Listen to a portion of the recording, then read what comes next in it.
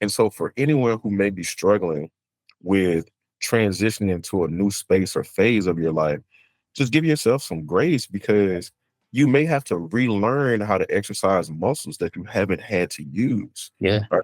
Well, at first, for me, I learned, who do I place my trust in? Right. So it's still continuing to place my trust in God, but also placing my trust in the God given abilities and talents in the network. Really try to check the ego Yeah. and see it from a perspective of this person could be fearful. All right, yo, what's going on, man? Just want to welcome y'all to another episode of the Black Men Embracing Feelings podcast, where again, this is a space for us to talk about mental health, advocate for mental health amongst Black men, covering just Black men's wellness, and you know what I mean, just providing that safe space for us to talk about some things that we often don't feel is that we can, right? So for today, the topic that we want to talk through is just transitioning through life's changes, right? Like trying to transition through life. One of the things that men pride ourselves on is having all the answers. But the truth be told, man, when we try to go through this process of change and try to step outside of our comfort zone, that blueprint or that game plan that we feel like we can execute on doesn't always fall through, right? So we step away from this place of comfort into discomfort. And with the change process, it involves vulnerability, again, which is a word that we don't want to associate ourselves with, right? So for this episode, we're going to talk about, how to navigate that. And of course, I got my good brother, Brother Destrian Wells, on with me as well. So just want to introduce you right quick, let the people know who you are, of course, with your background and things like that, the Virgin podcast that you got going on. So yeah, just tell us a little bit about yourself, man, before we dive into it. Cool, man. First of all, appreciate you and this platform. I think the work that you're doing is obviously important for the community at large, but more specifically, the focus as you drill down into trying to increase the quality of mental health for men of color, which I think also strengthens our community and makes for better homes to help be better partners to grow our children. But as Joe said, I'm Destry Wells. A lot of people may know me from the Brethren podcast. I'm also known as DJ in many circles, but I think the most important thing I'm a Black man, husband, father. I have about 20 years in corporate America now, so the gray hairs are starting to creep in. Just turned 40 Welcome over to the weekend. uh, Yeah, man, it's good. it coming in, bro. Let the salt and But pepper go. it's just kind of crazy though. So what we do on our podcast, we try to take a holistic look at life. And so when we have an opportunity to come and partner with individuals like yourself and help expand the platform, I think it's a great space and opportunity because so many of these things are interconnected and intertwined. And as you stated, no one has all the answers. So I think it's the collective genius of the group that we're trying to tap into, but also learn from the experiences of others so that we don't have to have that very expensive teacher, which is the experiences, those horrible experiences that unfortunately someone has already traveled that way. But what can we learn from that so that we could advance ourselves without having to do that? A little bit about the work that we're currently doing, man, and we can get into it with the transition piece. But I'm obviously centrally located here inside the greater Philadelphia area and in Delaware. But I'm really focused right now in the transitional space for me, trying to make sure we create better ecosystems for our kids. And what does that mean, right? So we put them in sports. We want them to swim, be social, soccer, basketball, learn to be competitive, right? But I want them to learn to be collaboratively competitive, meaning Right. they also need to have that awareness of self, how to help others. Yes, it's a competition, but can we get there together versus a win-lose? Why can't it be a win-win? And I think it starts early, establishing good mental boundaries and spaces for them to express themselves and understand. And so part of what we're trying to do is bring the mental health piece onto the youth sports area so that they get used to having a sports psychologist around them. So they're building their team and their community early on so that the stigmas that maybe we carried into this space Mhm. are alleviated. So we can dive in anywhere you want to begin, bro. Oh, that's big, man. Just touching on that real quick. I was reading a book. It's called The True Measure of a Man. And one of the things that they pointed out was just that the definition of manhood, often us men are living in a false definition of manhood that we were taught growing up, or at least the people that expressed it to us at that time weren't really given the right definition of it. So he talked about the importance of honing that in at such a young age, because we often, as men, if we're honest, right, we're still trying to find that definition of it. For sure. And also the quote, reading Jason Wilson's book, The Man the Moment Demands. And one of the things that he mentioned is that honestly, the definition of manhood really can't be defined, because then now you put yourself in a box. Right. But most importantly, kind of what I hear you're saying is more of a cohesive, comprehensive, holistic, well-rounded young man, Yeah. right? And so he can be in tune with his feelings, and it's not the, you know what I mean, me versus the world type thing, or the I that's in team that we often create because we try to be competitive, we trying to win. You know what I mean? The only competition is myself. Forget about everybody else. I'm trying to win, right? I'm trying to score as many as I can, right? But it's what you're touching on is trying to be able to do that and still be collaborative, right? Still think about others, right? While also still having that assertive approach of trying to win. But the definition of winning is not necessarily seeing how many goals that you can, score, how many points that you can score, anything like that. It's how well have we done? How well has the person done in terms of being a positive influence to others whilst trying to keep that main goal in mind? So yeah, I might have got this goal, right? But what about everybody else? And then in me trying to get that goal, did I put others down in the meantime? Or, you know what I mean? We're not responsible for others, but we can still hold ourselves accountable to leadership. So definitely want to, Right there, you touched on something yeah. that I was super proud of. So I have two boys. Hmm. My wife and I have two boys, 7 and 3. And so our 7-year-old Dallas, he's very competitive in soccer, right? And he and I had talked about winning and losing and what does that entail.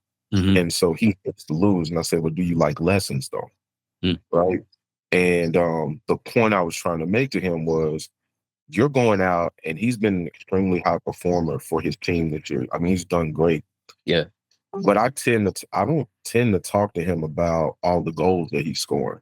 I'm talking to him about the type of teammate he is. And when you score, do you see how excited your teammates are for you? That's because you're a good leader.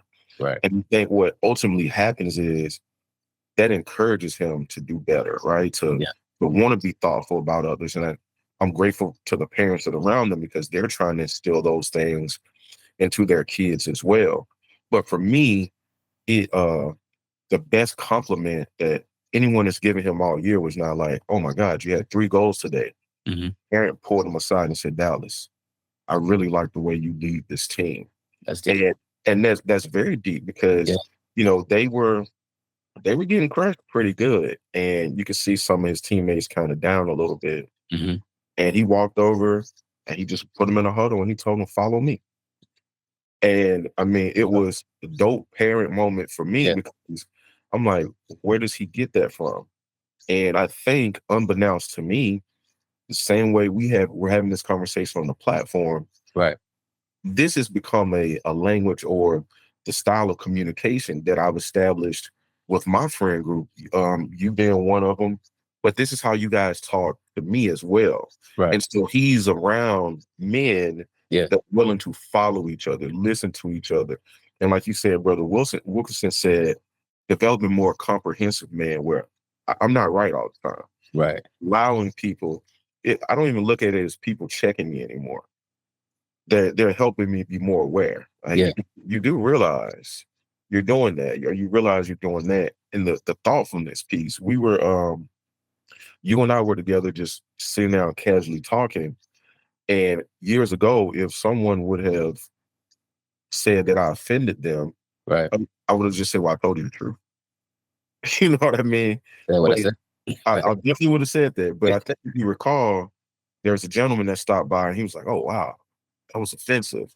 Hmm. And I waited for him to exit stage left, but I called the server over that was sitting in there or helping us. I said, "I wanted to just check in with Yeah. you to make sure that you know any of the comments or commentary that we've been having that you did not find any of that offensive. Right. And she said, oh, no, that's fine. But I think it's important to give that respect to people because you put that in the ethos and you also get that back. So Right. that's part of that comprehensiveness.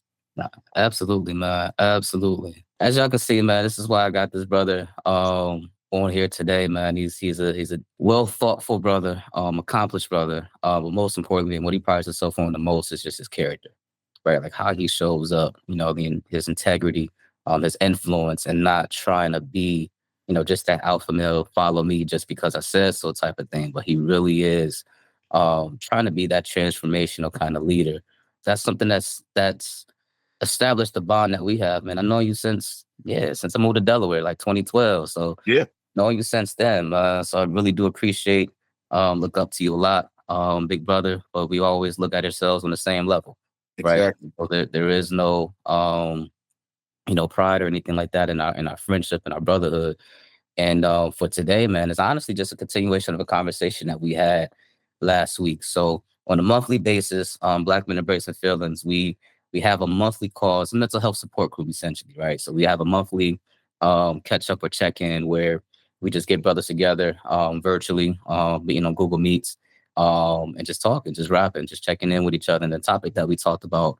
And it happens on every first Tuesday of the month. Right. So the topic that we talked about this past Tuesday's meeting was just about transitioning through life's changes, right? And, you and I have a lot of conversations again. We've known each other for about 12, 13 years at this point, man, which is crazy, but it's a blessing because Right. friendships like that last, right? So I've seen you go through many transitions, you know what I mean? Since I've known you, and that's not including the ones that you've gone through before we met. Right. So I've seen you go through many transitions, man, in life and just being, you know what I mean, the leader that you are, right? The planner that you are, the one that has to, you know what I mean, take care of his wife, take care of his children. Um, and you I don't want to use the word pride, right? But you value the importance of executing a plan. I'll put it that way. Yes. Right. But some of the conversations that we had though, it's just like all plans haven't been executed No. flawlessly. So Oh I no. just ask you, man, like as you've been going through various life transitions, man, what's some of the pain points that you've experienced? And how has it shaped you to where you are today? Like has your perspective on life changed in any regard? Man, that's a deep and dope question. I would say the reason why, like, so if you look at my IG handle, it says empower, engage, execute. And I think where I was before we go to college, even high school, college, and then going into corporate, I was very much the individual contributor type. I'm gonna do it excellently. And if you don't, that's on you. I gotta get out here, I gotta get mine. My path forward has nothing to do with what you decide to do. I'm gonna do what's best for me. And I've always, I guess, been a caring person and I cared about people, but I definitely put myself and my goals before everything. Relationships with young ladies. If you can't get on board with the program that I'm trying to run in terms of the race that I'm running, maybe we can't do this. And I think, again, going back to language, the immaturity in that statement is not allowing a person to communicate the space where they may be able to cover your blind spots and you can assist them. And why can't we go this road together if we have a common goal? So one of the things I had to do, pain point one, was communication. Just because I'm being honest doesn't mean that I'm communicating effectively, right? Mhm. And then being the man that the situation demands is something that's critical because the way I lead in corporate America is very different than the way I lead in my household or in my friendships. And so for me, I think I did a lot of self-reflection when I noticed things around me started to break down and I was a single point of failure for it, right? So if I couldn't do it, no one else could. If I couldn't make it there, no one else could make it there. If I can't get this done on time, it's just me, right? Right. And when you become a single point of failure, and I hope, just for clarity, not meaning that you are a failure, meaning Right. that things that are attached to you don't work well Yeah. unless you are in 100% control, Right. right? And so for me, I think it was wearing on me. It was wearing on the friendships that I had. Still had great people around me, but I had to be in control. I had to do it. But things started to break down around me. Starting to lose parents, um, losing loved ones, watching the world kind of go to hell from a corporate standpoint. Yeah. 2008 to 2010 was really bad for a lot of people. I was doing fine because I was young and inexpensive, but I was watching people that worked 25, 30 years plan for retirement. And then they look up in a matter of 6 months, they have to work another 10 years to try to recover. Or your wife is battling some type of illness, but this company is looking at the numbers and they just got to let you go. And I think the empathy came from me when I started seeing those things happen.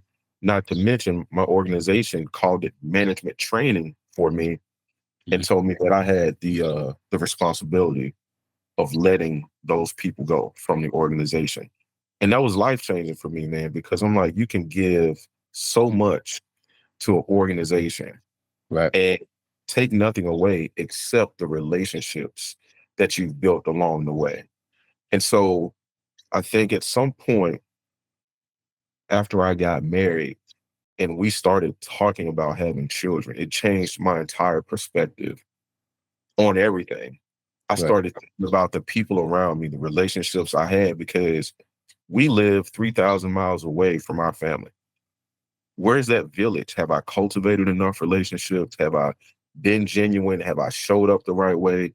Has my character, my integrity, have I done things in a way that I could be proud of, bringing life into this world, being responsible for them, but trusting the people around me because family is not here. The Right. family is the community that my wife and I ultimately would build. And so I think that was the impetus to me saying, I need to establish some principles that I live by in my life that I can wake up and do every day. But they don't only serve me, they serve the people around me in the broader community. And so I thought about the things I wanted to do, whether I would be at the office working in the corporate capacity, whether it be me running my own business or contributing to the community. And so that's why I birthed empower, engage, execute. So I believe that my pure existence is to do one of those three things at all time. Empower, if I can just give you an encouraging word, can I point you in the right direction? Can I be supportive in what you're doing? How can I assist you? How can I be a servant leader? So the empowerment is not for me. It is how do I empower the people around me with the experience that I have, the things I know, and ultimately, what am I? If I'm not sharing what I'm learning with you, I'm doing the community a disservice. Engagement, that goes to the relationship piece. I realized that I talked to some people a lot more than others, but it didn't mean I didn't care any less. So I Yeah. try to make sure, similar to what you were saying with our check-ins, I do a check-in with friends that I haven't spoke to in a while instead of letting that time continue to linger. Even from a corporate standpoint, the engagement piece, but I'm going to do it the way you want to. Some Right. people don't talk on the phone. Right. Cool. Right. Text you. Some Yeah. people have text. Some people are never going to check a voicemail. Even if I called and left a voicemail, they're not going to do it. Yeah. So I asked my friends, how do you want me to communicate with you? So I also then open the door to be able to share the way that I would like to be spoken to. So we can establish boundaries, respect, the whole nine, just with the engagement piece. Then ultimately going back to what you were saying about me before is so true. I'm so like execution driven. Yeah. I used to start with execution, but Right. now in life, I lead with the empowerment and the engagement piece, which informs whether we can execute on whatever we said or not, but at least we have a clear path that we communicated on. And I've simply learned that from falling down, man, and taking account or having people around me that I could actually lean on and talk to say, well, we told you that was not what the approach that you were taking. Like, man, you ride people Right. too hard, bro. Right. Do I? It's like you think everybody's gonna do it the way you do it. Why Right. not? They're not you, Right. bro. They don't. Everybody's coming from it with a different lens, and I think I had to develop not even a respect because the respect was there. My trust level had to go up, Yeah. and I had to increase my trust and allow it to not be something that if it didn't work, that I was going to be disappointed. Right. So it's not going to always work, but that goes back to the lessons. Man, what could we have done better? And we though, not not you, we. How Yeah. can we improve? So and I know a lot of people say it, but it's true. It's not lip service. You go farther together. And Right. I think those small lessons prevented me from really stepping in it and blowing my life up in a lot of ways. Like surrounding myself with people that we're versatile. We don't always have to pull up at the bar. We don't Right. need to we don't have to rent the section out at the club. Right. Might call and say, "Hey man, I'm gonna do a hike this morning. You want to catch up? We could get some steps in while we talk." All right, cool. I'm gonna meet you there. Hey, bro, I'm taking a mental health day from work today. What you got on your plate? Have you checked in with yourself? Have you just? I mean, it's so many facets of it, and I think that's why you have to be careful not to overwhelm yourself when challenges come your way. It's really about taking the time to process them, understanding what this might mean in your life. Yeah. What do you want to get from it? But more importantly, I think you also have to look at how does this not only impact me, but the people that are connected to me. And that's the comprehensive thing. Nah, for sure, man. And one of the things that you mentioned is just like looking at yourself as that single point of failure, right? Um, and as men, we place a lot on our shoulders, right? So we gotta have the answers. We gotta have a plan. I can say, you know what I mean? That's something that we both know that we hear a lot, right? And that's asked, right? What's the plan? What's the plan? Right? Whether it's from dating, whether it's from marriage, whether it's from just in business, right? Like in Mhm. corporate space. All right, what is our yearly goals? What is our weekly goals? What's the plan? What's your approach? Right? It seems like everything has to be a plan. And we place ourselves at the center of that, right? Because understandably so, it's all right, where did the execution go wrong? The first thing, well, who was supposed to do this? Who was supposed to do that? You're So absolutely right. that single point of failure is understandable, but at the same time, like it's a lot of pressure in regards to that. And as men, right, we are often, and again, just going back to that book, True Measure of a Man, one of the things that he talks about is that often most fear thought is what will people think of me, Yeah, right? If I don't execute this plan, what will my wife think about me? What will my girlfriend think about me? What will my kids think about me? What will the community think about me? yeah, And we're going through changes, whether it's transitions from career, whether it's just interpersonal changes with relationship, whether it's just personal changes in regards to just our growth. That thought of what will people think about me is, pressure makes diamonds, but it also busts pipes, yeah. right? That can go either way. So I'll ask you, man, like, how have you navigated, just through life, just that thought of what will people think about me? Have you ever felt like that sense of pressure? Like, has that ever done anything to Yeah. you? I think it was probably one of the reasons why I became so emotionally detached, Mm, like going into my collegiate space. My mother was spent 35 years in the military. So if and I played sports basically my entire life. If I didn't make a honor roll, I was gonna get pulled off. I'm not joking. it's real. If I didn't make a honor roll, I couldn't play. Yeah. I can recall the whole what were you gonna think of me? I had all A's and I made a 79 in social science or something. Hmm. And I'm like, the scariest thought was for me to take my report card home to my mom because number it wasn't about the okay, she may not let me play baseball for a month or whatever. It's like, what is she gonna think of me? Because I Right. attached her love and her support for me being able to produce this outcome, right? And Right.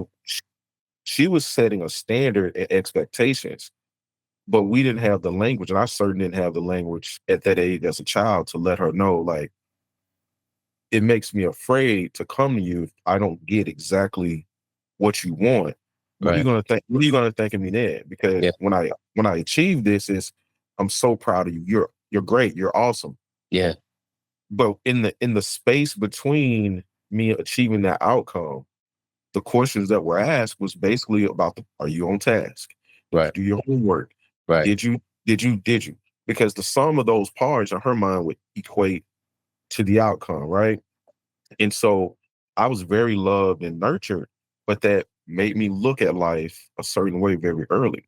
Yeah. So you have that for basically what 10 years of school, then you have that in college because now it's, well, if you don't have a 3.5, Right. this company won't hire you. Right. So when you walk into an interview with your resume, you're 3.4 and you go, I wonder what they're going to think of me. Hmm.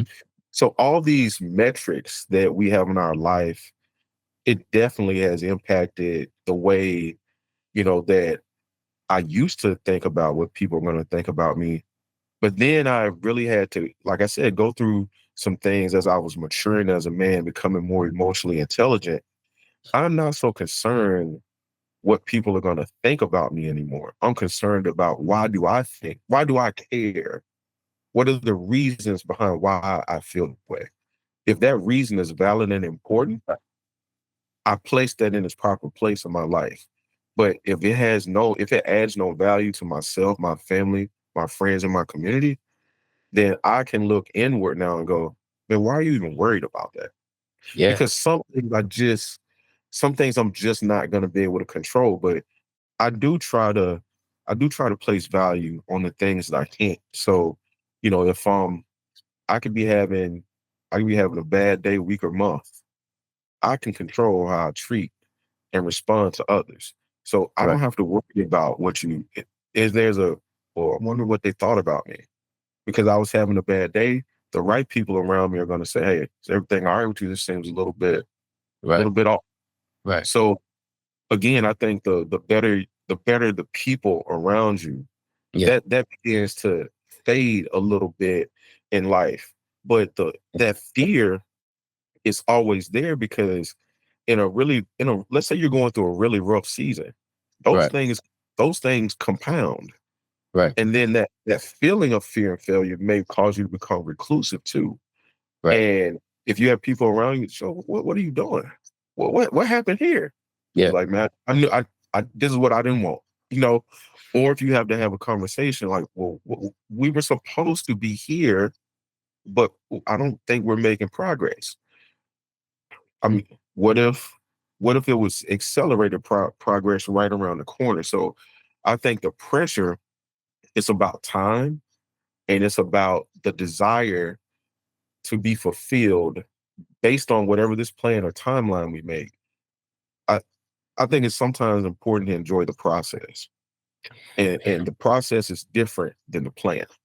And that part is key, right? Because a few things that you mentioned, man, is it's one, how are we communicating, right? Two is who are the people around us that can help ease that fear, because what it comes down to is judgment, Yeah. right? How I be received, and that judgment and that criticism, not everybody can really, take. And what we will do is we will withdraw, right? Like Oh, bro, I you're don't so right. like I want to be criticized by you. You know what I mean? So it's just like, you know what? I'm gonna just do this on my own. I feel like I could do this on my own. Nobody else around me is trying to encourage me, support me. Everybody's down to my ideas, my thought. Yeah. And when you talk about process, right? Because a lot of people are judging you based upon your outcomes, what you can produce. And that's often what we feel as men. But as we have the Mhm. right people around us, and open ourselves, you know what I mean, up to failure, right? Up Yeah. to disappointing people. And I think that's the hardest thing too with change is like opening ourselves up to the fact that we might fail, open ourselves up to criticisms, but from the right people, right? Who Right. have interest in mind and focusing more on the journey and the process of our changes and not just the singular execution of we got to do this, we got to do this. I mean, pressure, yeah, is inevitable, right? But how we surround ourselves with the right around the right variables of people, how we communicate, even ourselves, what we need, right? What we don't That's need. that's a Um, huge that's a yeah. huge point, though, because one of the biggest transitions for me, as you know, when was my last day at corporate before I go back? October 2023. My firm did a global restructuring, and I had been talking to you for some time that I felt like, that change was probably going to have to come, and I had started conversations with Hmm. other organizations. But when all of this happened, I had a conversation with my wife prior to, just again, the planning, the preparing, just in case there's a shock to the system. I wanted her to know everything will be fine. I don't want you to panic.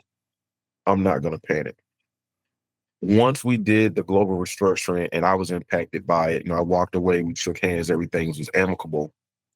That drive home in my car, everything you're talking about was going through my head, because the first thing people ask you when they meet you, so what do you do? Right. And for over 17 years, I've said, oh, well, I work in asset management or financial services. I blah, blah, blah. I blah, blah, blah. You can become so attached to what other Right. people believe what you do that it you lead with that. It can start to define you. And if you have some success along the way, people start people start to identify you. Oh, that's Destiny. He's a vice, the young boy over there. Yeah, he's a vice president over there in this Yeah. company. I started being fearful of that, because what happens when I'm no longer the vice president over there at that company? Yeah. Next question people ask you, Yeah. man, what happened? You mean what happened? Had a 17-year run.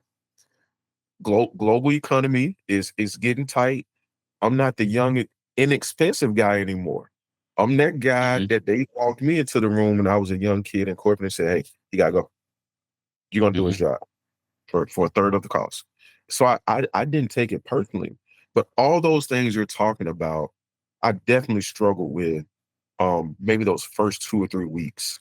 Just I'm not going anywhere. I'm not Right. going out. So hey man, how are things going? Great. Are you gonna be at the conference next week? No, I won't be there. Because we start to have, I'm not gonna say the engagement is not authentic, but we're Right. so stuck in this corporate construct that most of the people that I'm around, if I go out, that's we're just talking about business. We're not Right. talking about who we are as people. I'm Right. not saying how are you is not Right. the same as, hey man, how are you? That's basically, how's your year going? What does Right. sales look like? Right. Like, so those things definitely were top of mind to me. But what changed is having that time away and then being able to re-engage, because I want to ask you a couple of questions about some transitions for you as well, because I Yeah. think it's some very valuable exchange for the people that are listening. But what changed with me and not worrying about that, the people that I surrounded myself with, we were all going through some form of change. Yeah. And and sometimes it helps to be able to talk about what's happening in your space, because we talk about being vulnerable. And I think being vulnerable is giving open access. And you have Yeah. to trust that person with the access that you're giving them. Like, yeah, man, I'm out at my other firm. First thing you told me was, yeah, you can focus on your other business now. Go grow your other business. I was like, oh man, I didn't think about it like that, because I haven't even processed it yet. Oh yeah, Right. I've been running the whole business for like Right. 15 years. Right. Because you get you're not talking to the people at work about that, because you quote Right. unquote can't. You Right. can't do that. Well, how much time you spending on that other job of yours?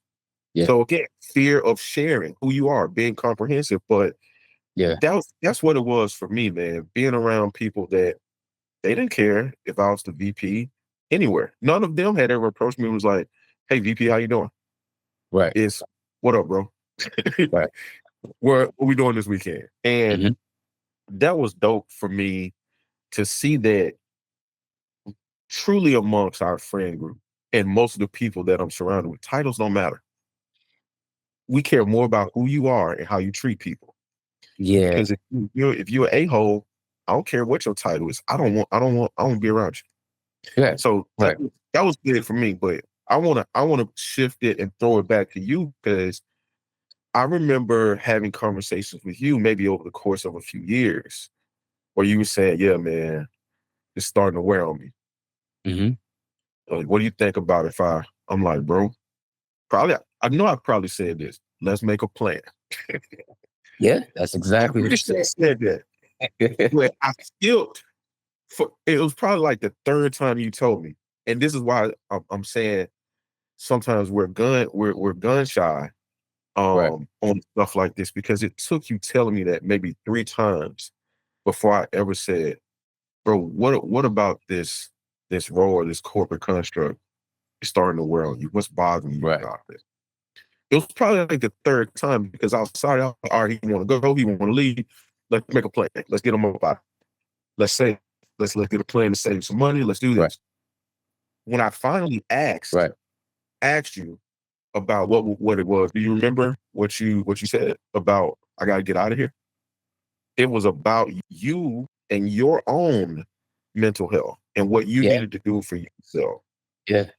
Full circle, you're here helping people. And I wanted to bring that point up because we also get scared that people are not going to understand because we look like we got it together. That part. Man, what it takes to Yeah. just have a decent conversation. Right. Sometimes you got to go through some it. You So, do. man, what was kind of your process of coming to a space where you're like, man, I gotta remove myself from this. It was the mental health aspect, man, and a couple of things that you're saying too is just that it's the same thing, man. That fear of what will people say, what will people think, right? Do you have this yet? Do you have uh that money to even walk out, right? Like, do you have this plan solidified, right? Like, what's your next steps? And I often found myself saying, I don't know. Yeah. I don't know. And I didn't like saying I don't know Yeah. because what do you mean you don't know? Well, don't do anything yet until you know, right? So it's just like being in a space, and this is why I value our conversations, is because I didn't have to put on that mask to say or show that I have all the answers. I said, DJ, like all I know is how I feel, right? That I know for certain is that I don't feel as if I can give all of me to this. And by staying in this space, right, I feel like I'm losing myself. And one of the things, and as we're talking about it, the word identity comes up, right? Because we attach our identity to our success, to our titles, to our positions, because it's also safety, right? So it's just like, I don't know what I want to do specifically, but I do, right? And that's one of the things we talked about. Is like, bro, you do know actually. It's just a matter of you stepping away from what you've been in, what you've created, and the identity that's also been curated for you. Oh yeah. This space is Joe. Joe's this. Joe's has this title. Joe's over there doing this. So it's like we feed into that, right? So this is who I am. Sure. This was what's pulling me.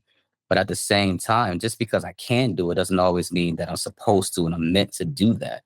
So stepping outside of that, um, it was scary, man, and it is a walk of faith Yeah. constantly, and that's been helping me to let go of the fears. I said help, it's not. It's still a Yeah. problem. Right? It's helping me, but there's points where in this space where I am now, from corporate to mental health, and to be honest with you, man, I miss a corporate paycheck. I do. Right. And that was one of the things why I wanted to hold on to that for so long is because there's Yeah. consistency in that. That's something that I can count on, depend on. It's a space that I know, it's a space that I can navigate. Being in this mental health space, I have no idea. I've been in the corporate space for like 10 plus years. Right now, to be in this different position, it's a whole new identity, it's a whole new approach. But at the same time, it's trying to remember, though, one, what one first for me, I learned who do I place my trust in, Yes. right? And what is it that I can place my trust in that the who has given me? Right. So it's still continuing to place my trust in God, but also placing my trust in the God given abilities and talents in the network.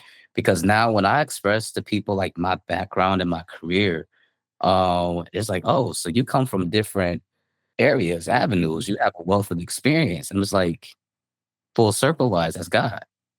You Right. know, because me thinking is like, who am I to do this? What is it that I have to do this? I don't have a plan per se.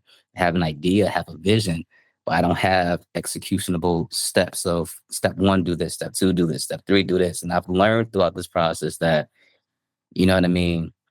You won't always execute in a sequential order, right? Success is not linear in that sense. Like you'll find yourself sometimes going in circles, or you'll find yourself sometimes maybe skipping a step, but then at that space, you have to go back, right? So I'm Oh learning yeah. all throughout this transition, man. But it really was and is a faith walk that I'm still allowing myself to go through. But most importantly, again, is who do I place my trust in? And what am I placing my trust in that the who has given me? And allowing my identity to consistently be judged in that, while also my character always evolving, Yep. right? Because it's going to be things where it's the term cognitive dissonance, right? It's like, oh, Joe's the good guy, Joe's this, Joe's that. Yeah. Then behind the scenes, I'm like, Am I? I ain't doing that. But here's what's I'm saying. I use the word scared. What makes Yeah, people fearful? Once you once you identify me as this is my box. right. I can't have a bad day. So, Yeah, hey, man, yeah, we talked about this where I felt so bad for placing boundaries on people. I was priding myself. You can come to me. You can right, come to me. right. After I had a conversation with you about some of the things that you're expressing now, it's like, DJ, you ain't got to fix it. Yeah, I said, you know what? Tomorrow I'm not accepting calls until 10 a.m. I started realizing, bro, by the time help my wife get my kids out of the house, it's only like 7:30, 8 o'clock. I would have missed 5 or 6 phone calls that I haven't even said goodbye to my children. And right, people are not trying to be selfish, but when you find a person that you can trust and rely on, sometimes you break them.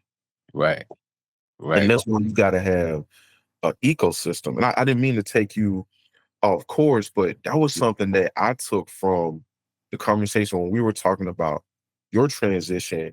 Generally, you was like, man, I got a lot and I literally just can't devote myself to that.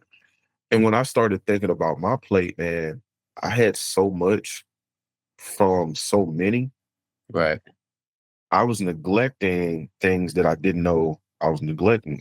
Number one, myself sometimes. Yeah, Number two, not realizing blind spots where, man, I am on the phone getting my kids dressed for school and I should be talking to my kids. right, I'm listening to, it could just be something light or someone just needs a word of advice. But my kids deserve that focused, undivided time. hmm, And I was feeling guilty about that because what are people going to think? I'm supposed to be there for you. right, But what am I instilling into my kids, right? So, well, dad gets me dressed in the morning, but he ain't talking to me. right. He ain't saying that, hey, go brush your teeth. Hey, go do that. Hey, go do that. The talks like Like, they having is with their iPad and devices, man. So what right. relationship are you building with them versus, trying to attend to other fires? Like you're missing out on these pivotal moments in their lives and your life as well as a father, as you're growing in that, Sure. but also as they're growing up. So that's real. One thing too, man, that I thought about while you were talking, when we talk about lessons learned, like about blind spots. And this is for like, anybody that might be listening. Let's say like travel or long hours is a Hmm. huge part of your role and you're in a relationship, maybe you live with a partner, you could be at distance or what have you. I had to learn how to live at home all over again when I Yeah, came out. Because I'm gonna be at home most days if I'm not out taking meetings or what have you. My wife was accustomed to maybe, I think, you know what, he's gonna be back. I was leaving maybe every Tuesday morning or back Thursday night, Friday. Right. You know what? If he wants to turn the air on 65, I'm gonna leave him alone. He'll be gone on Monday or Tuesday. Hmm. And no arguing. Hey, I miss you. So glad. How was your trip? You want to Right. go out? Let's get a babysitter, get the kids. Man, my wife might come in now. Hey, I'm going out.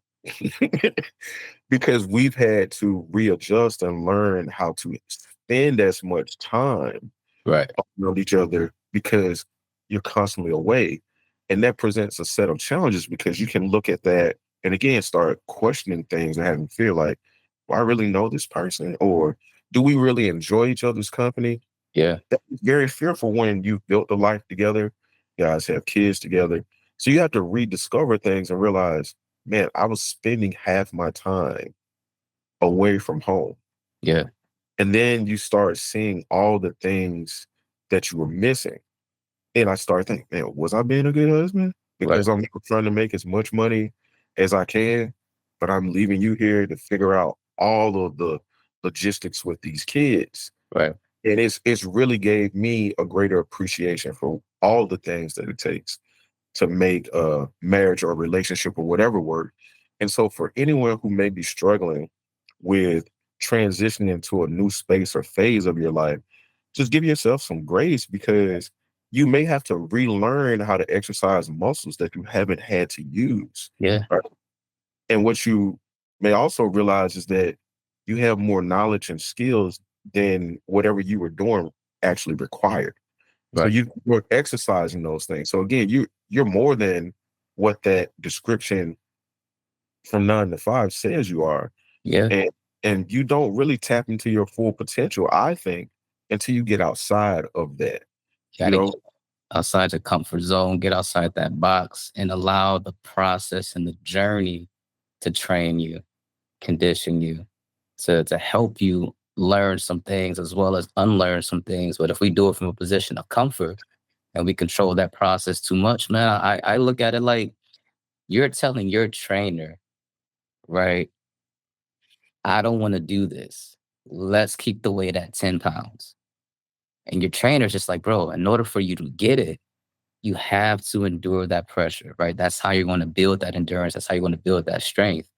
But if you're telling your trainer, yeah, no, don't up the weight, don't switch this out, don't push me, what are you actually going to get from it, right? Because you're keeping yourself at a place of comfort, right? And that's you're falsely rewarding yourself that you're doing the work, right? yeah, And yes, you are working, but you're busy doing nothing. yep, You know what I mean? So when you allow yourself to be trained by the process, right? When you allow yourself to be, pushed and pressure, right? Because again, pressure or makes diamonds or bust pipes. What side of that pressure do you want to be on? Right? And you have to put yourself out there. It's scary. You know what I mean? It's definitely scary. It's like you're saying, you got to learn, you know what I mean? Relearn some things, work some different muscles that you haven't worked. But at the same time, it's trusting that you do have it, but you won't know that those muscles can be worked if you don't allow yourself to be in a space to where those muscles now have to be worked and to be utilized.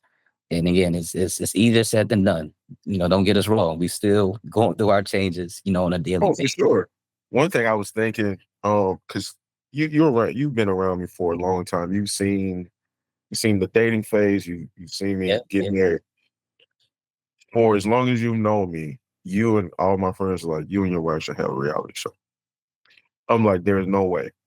Because what we present as a united front once we leave this house is no way. So people think they see a finished product. hmm We are a constant work in progress. We love hard. When we argue, we fight hard, but we try to fight fair. hmm And I'm learning to be fairer because I'm having conversations with people like you, people like the support group. And I think those things help form a healthier relationship. But one of the things I was thinking about was having my wife come and join me on some of my segments on my podcast, but she's very leery of it. She's like, well, what if I'm asked a question? I said, just tell the truth. She was like, but what if you don't like it? I'm like, you already told me in private.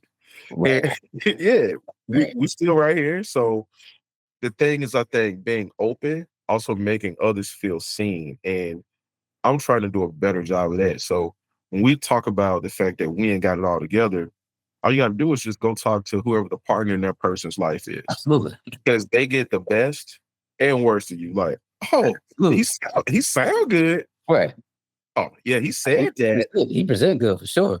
Yeah, but that's the thing. Like you said, it's definitely easier said than done. But also, I'm a believer that you have to speak it too, right? So the more you speak it, the more you talk about it, there's a greater sense of accountability than just avoiding it, right? And Hmm. so I know I need to get better at my time. Right. So if I'm going to lie to myself and not do nothing to improve getting better with my time, chances are I'm cheating the people around me, because I'm telling you I'm going to do something that I'm really not going to do. And who's gonna help you through that Hmm. unless you say you want help? Yeah. A lot of times people don't know how to help us. So one of the things that we've been doing, that we got a book. I think you actually referred to this book. It was "Talk to Me Like Someone You Love." Yeah. Yeah. Yeah. It's a good one. And there's so many gems in Hmm. that book about basic communication that we think we excel at, that we don't. Yeah.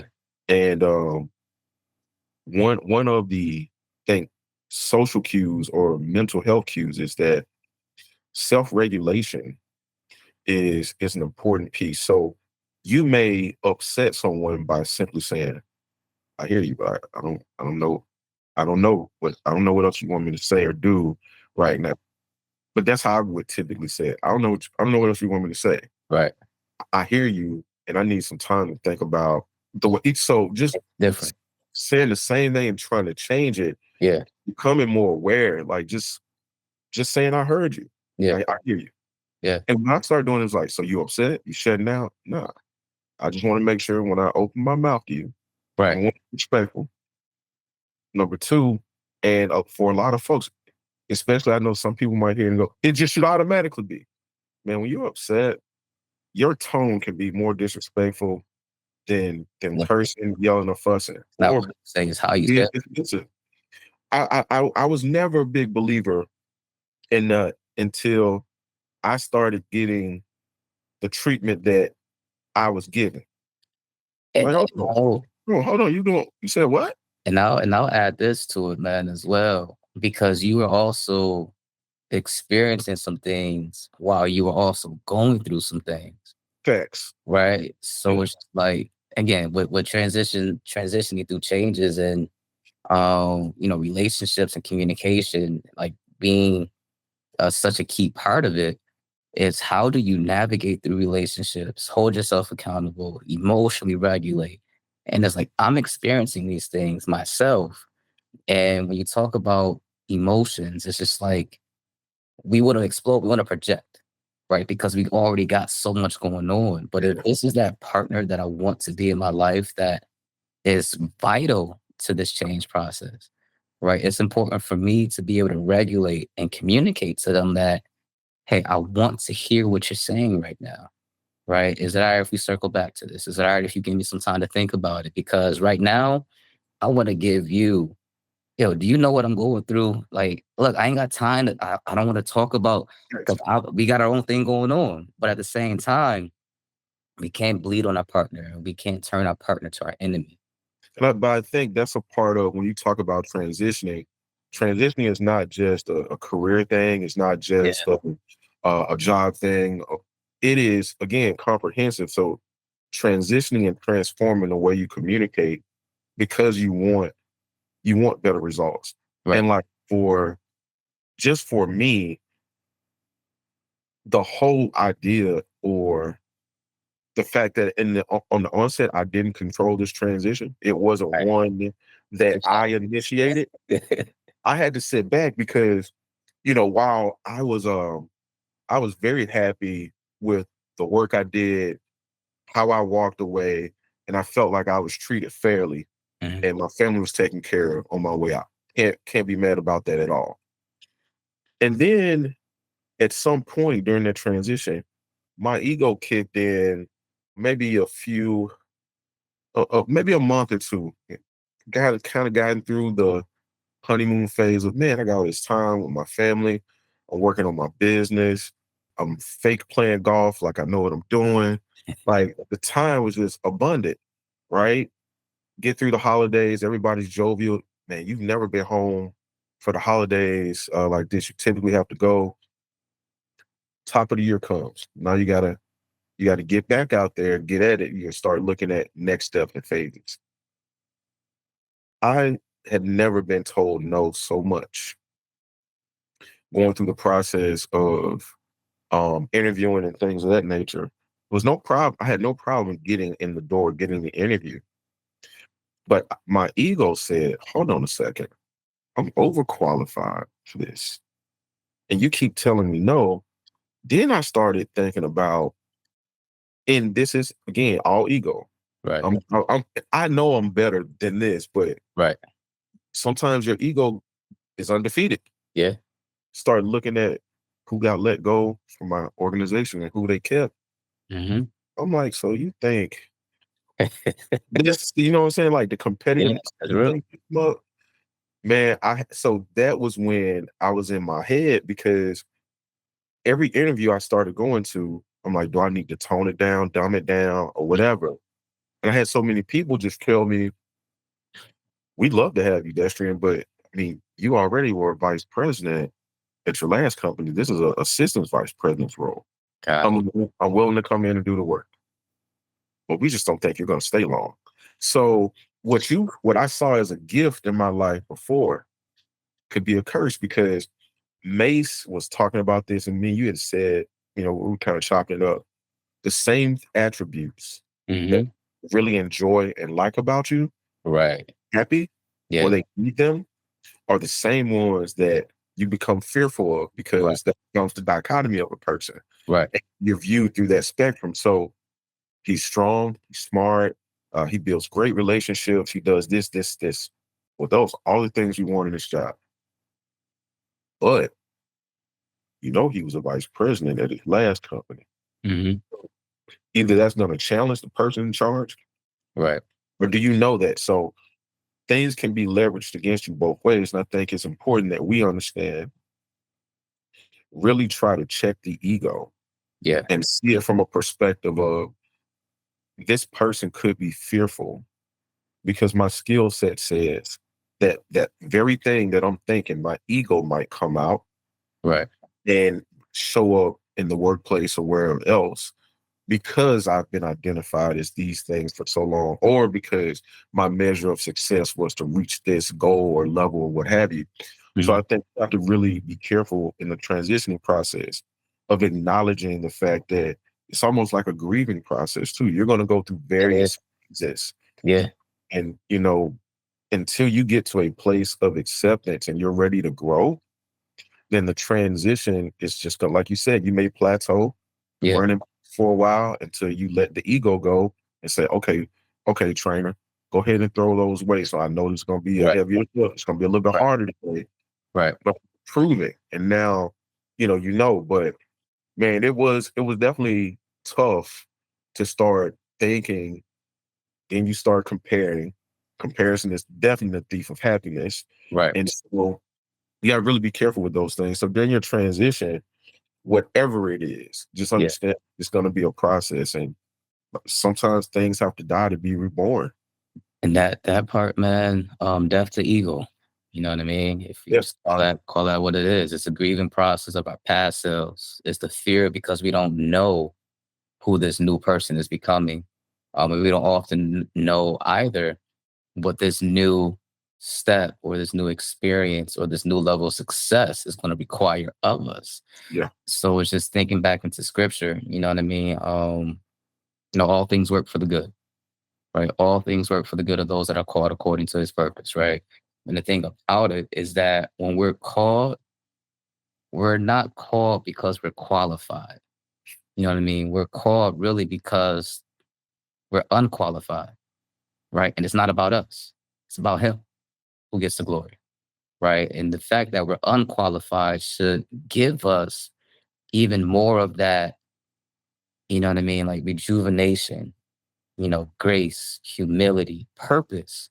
Because who am I to be chosen to do something such as this? And that Yeah. ego would say, well, you are this person. And then, all right, X, Y, and Z is not happening. So maybe I got to be flawed now, right? There's weaknesses that are being highlighted because if we focus so much on perfection, we also focus so much on our weaknesses, Yeah. right? And then as our weaknesses are highlighted, that um, deters us, from really going towards what it is that we need to. And it also deters us from learning the things that we need to or unlearning the things that we need to. So that grieving process, right?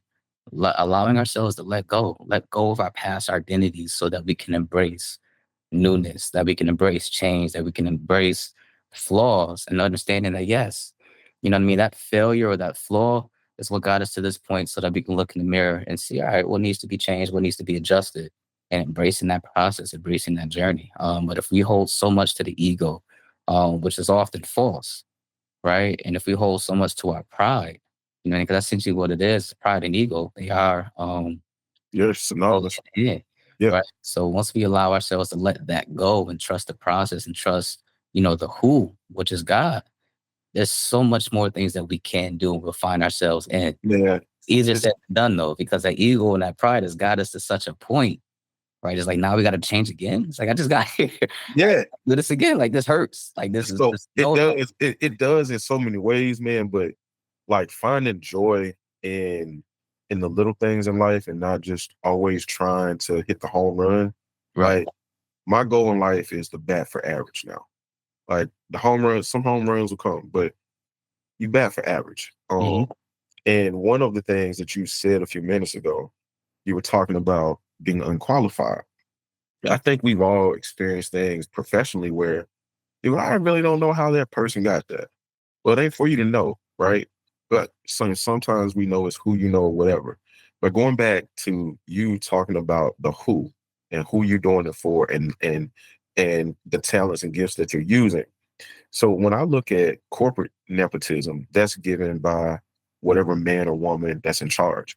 Right. I told one of my boys a week or two ago, I think I'm at a place in my life where I'm starting to experience spiritual nepotism, where things that I'm not really asking for is showing up for me because my steps are being more ordered. Hmm. The offer that I have on the table now, I didn't know anyone inside the organization, and it was at random, and it took them 3 days to come back and say, okay, we think we want to move forward and give you a shot here. All right, I wasn't expecting that, but Right. spiritual nepotism, like, okay, you've been tested, you've been through enough of that. Here's a opportunity at a start. Hmm. May not be everything you want, but this may free your time so that you continue to do the work that I'm placing in front Right. of you. Right. So I'm gonna give you pieces of what you want back until you're in a place where you can handle it all. And so I'm looking at things with more gratitude because spiritual nepotism is going to take me a lot further than what corporate nepotism is going to do for me. What you saying, man, is just grace and favor. That's Yeah. all that is, man. Favor is not fair, right? Yeah. Once we also understand that favoring God is not earned, right? There is no, I got to do X, Y, and Z first before he blesses me. Yes, there are things that we have to be responsible for, hold ourselves accountable to, right? Of course, being a good person, being fair, not judging, those types of things. But at the same time, if God is going to bless you, he's going to bless you. But what we do with that though makes the difference. How we, continue to put him first makes the difference. And favor is not fear. It's a lot of, if people are honest, it's a lot of things that people have walked into that they don't deserve and they're not qualified for. But that's grace Yep. and that's God's favor. Now, how we continue to turn our lives towards Him, what I mean, that makes the difference, right? Your transformation of your character, your spiritual growth, right? Your offerings back to Him, right? That makes so much more of a difference, man. So, like you're saying with the spiritual nepotism, but it's at the end of the day, man, it's God's grace and His favor, and allowing that to be a key driver in any kind of change that we go through, not allowing ourselves to feel like we're less than when God blesses us. The reality is we're not perfect, right? So are there people better than us? Of course. Well, of course, man, but I'm not gonna let my ego get in the way and say, "Oh, ain't nobody in this room better than me," right? Because now that's a false sense of pride. Nah, this people's better than me, but I'm blessed Yeah, though, right? So exactly. has for me, God has for me. I'm not in competition with anybody. You know what I mean? I hold myself accountable to how I show up. What everybody else is doing is not my business, right? So when you allow yourself to be free from the judgments of people, you allow yourself to be free from the fears of failing, because who the Son sets free is truly free indeed. And God came, Jesus Christ came to give us life and life more abundantly. And that life is through his freedom, right? So when we allow ourselves to be free in the process of change, right? God is going to bless. He told Moses, bro, what's in your hand? Use that. That's it. And he was in between a rock and a hard place. He's trying to, escape Pharaoh. He got people around him that's just like, yo, I'd rather be free. I'd rather be a slave than to be out here in this space where going forward seems like an immovable object.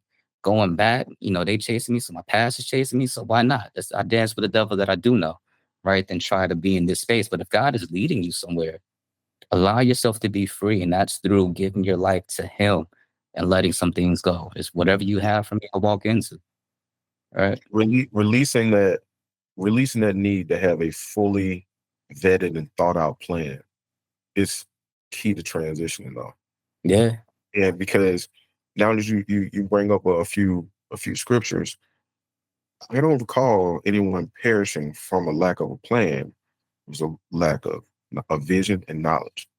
And you can't you really can't develop a plan without those two. Like you said, man, I don't have a fully vetted plan, but I got a vision. That's why you end up with people in the corporate construct that can't do your day-to-day job, but they have a vision for where things should go. And then they use your skills to help get them there. But they typically sit on top of this pyramid that we create because they can see. You got to see it before you can do it. And you might have to have some people along the way that comes along and joins your team or your friend group, but it's going to be their talents that help get you over the hump. Not necessarily always your own. Like you got to take that assist sometimes from people. And I'm learning to also be better at that as well. Like I'm Yeah. going to take the assist. I don't need to be the single point of failure. I don't Right. need that. Right. We don't need that actually. Oh, You know what I mean? So I'm hoping I'm hoping that the conversation that we're having helps provide or at least frame some perspective on what two friends can just talk about right. on a day-to-day basis. And it doesn't have to be an hour, 5, 10 minutes, but when you incrementally build, you get to a space where you can have conversations like this where it doesn't matter where the conversation goes, we're going to be comfortable supporting each other and talking through it and knowing that we both understand that transition is only a work in progress. And because we've agreed that we always want to continue to improve and progress. And when I say, hey man, I'm going through this in my transition, some people say, you still transitioning? And Yeah. I'm gonna be, you know what I mean? I'm still trying to get better. I'm still trying to improve. I'm still trying to learn. I'm still trying to increase and enhance my knowledge so I can be Right. better to serve my people, Right. to serve them, not control them, but to serve Right. them and really Right. try to do it in a way that helps push them in the direction that they say they want to Yeah. go, that they say, right? Yeah. So that's really why I appreciate being able to catch up because when you when it has to be a bunch of bravado every time you talk to someone, that gets stale. And Yeah. yeah, it gets really stale as you mature because I don't need to be tough. I need to know what I could be doing to improve my kids' lives. Like, and I need to show up better for my kids. I found myself getting upset with him because he wrote on the wall,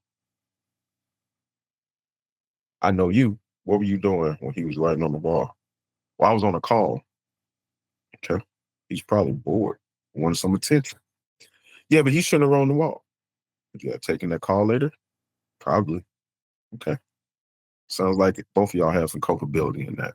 And so when my kids act out, I mean, I really be wanting to be like the strong Southern parent, but when I talk to them, they typically have a reason, even if it's not good. Right. But Right. I'm teaching them to communicate why they do the things Right. that they do, and that's a part of making sure that uh, when they become men, that a whole man is showing up for Right. somebody's Right. part, whatever they decide to choose. But I just I just see my life in a spectrum where it's so much bigger than me now. And so if Right. I'm not doing the things to improve myself, how can I help sharpen them in this ever-changing world where your ability to use your words are going to become more prevalent than ever going forward, and your ability to understand your feelings are going to be more prevalent because of the confines and the advent of the enhancements around social media, Right. societal pressures, all these new norms that are going to be established. We really need mentally strong and healthy kids and adults that can create the environments that are Yeah. conducive to push the conversation. Absolutely, man. And as always, bro, definitely appreciate. This is honestly just insight to our conversations that we just have every day. Yeah, I'll say when we get a chance to talk. Uh, but it's you're a very insightful brother. We wouldn't be friends, brothers, this long. If it wasn't the case, similar with myself, man. We don't allow too many people into our circle, into our lives, and share our vulnerabilities because, as we expressed here, man, not everybody can be trusted with that. So we gotta be able to guard our hearts as we strive to stay close to what God has for us to do. And that's one of the things as well is that we do believe that ultimately at the end of the day, it's for God to get the glory. It's right. for God to be praised, and not for it to be like, oh, let me first, give honor and praise to DJ for this. It's not Nah, about, it's not about me. Like you're saying, as long as the person is achieving their goals, are growing into themselves, you know what I mean? Like that's what matters most is how can we each motivate, encourage, engage, execute, empower um, others, right? That is key. That is key. So I appreciate you for joining them, and for those that were so listening. The prayer is that this is something that has touched your heart, has blessed you. As we continue to strive to just be better men. You know what I mean? Iron sharpened iron, and that is a true statement. But most importantly, man, whatever you're going through, stay the course. Trust God, trust what God has given you, trust His process. Allow yourself to let your ego go. Grieve those previous identities of yourself so that you can walk into the newness of you. Um, and allow yourself to be free from old thoughts, old paradigms, old behaviors. That's not serving you at a time where this version of your identity, your existence is needed. So allow the change, man, to take its course. It's not easy. It's not comfortable. It's not supposed to be comfortable. But again, man, pressure makes diamonds, or it can bust pipes. So which side of the pressure do you want to be on? Hold yourself accountable to those actions, behaviors. Just show up your full self. And honestly, man, with God in control and God at the center, man, there is no such thing as failure. It's only lessons learned. It's only lessons learned, man. So continue to learn, stay open to that, and be blessed, man. Of course, if y'all want to continue to tune in, um, we appreciate that. We encourage you to do so. We'll definitely be putting more out in regards to this. Also, I encourage you to take a listen to the Brethren podcast, where it's not only Mr. Wells, DJ on there, but a few other brothers with a wealth of knowledge and experience. And you get that bread, right? It's breaking bread. You know what I mean? And that's essentially the core of it. Let's break bread and let's talk, right? So you'll get a wealth of knowledge from just personal experiences, from family experiences, from corporate experiences, financial experiences, financial literacy, financial knowledge. They talk about a wealth of things, man. So I encourage y'all to tune into that podcast as well, and we'll keep it going from there, man. So y'all be blessed, be good, and we'll talk to y'all soon. All right.